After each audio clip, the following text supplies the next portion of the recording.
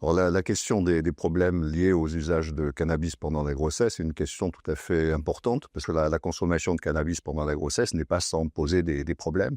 Alors des problèmes à la fois comparables au tabac dans l'immédiateté de la périnatalité, au moment de l'accouchement, avec une hypotrophie légère, il y a 100 grammes de moins à peu près en moyenne hein, de poids du bébé. Et au contraire, on peut même observer finalement que les complications les plus nettes vont apparaître au moment de l'enfance et surtout du début de l'adolescence, avec d'une part des problèmes neurocognitifs, peut-être des risques accrus de vulnérabilité au plan psychiatrique et notamment pour des troubles relativement importants comme des troubles des conduites, des conduites un peu psychopathiques, des conduites aussi d'usage de drogue. Hein. Le sur-risque est assez net chez les enfants qui sont nés de mamans qui avaient continué à fumer du cannabis pendant leur grossesse. Alors, l'allaitement est un sujet qui va être compliqué, nous, autour du cannabis, parce que pour le coup, le THC est une molécule qui va particulièrement aimer le gras, du lait maternel, qui fait qu'on va avoir un stockage plus important et donc les études nous ont montré qu'on va avoir des taux de concentration qui sont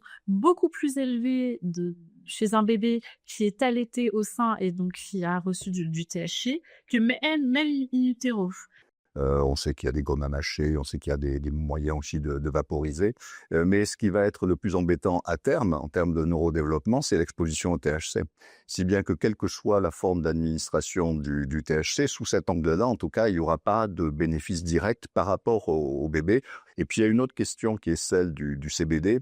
Contrairement à ce qu'on imaginait, le CBD semble être extrêmement toxique pendant la grossesse, ce qui laisse supposer qu'en l'état actuel des connaissances, non, il faut absolument éviter le CBD. En tout cas, ne pas imaginer que le fait de fumer du CBD serait en soi préférable à la consommation de THC. Alors pour beaucoup de personnes, la grossesse c'est vu comme la période idéale pour arrêter, quelle que soit la consommation, cannabis compris.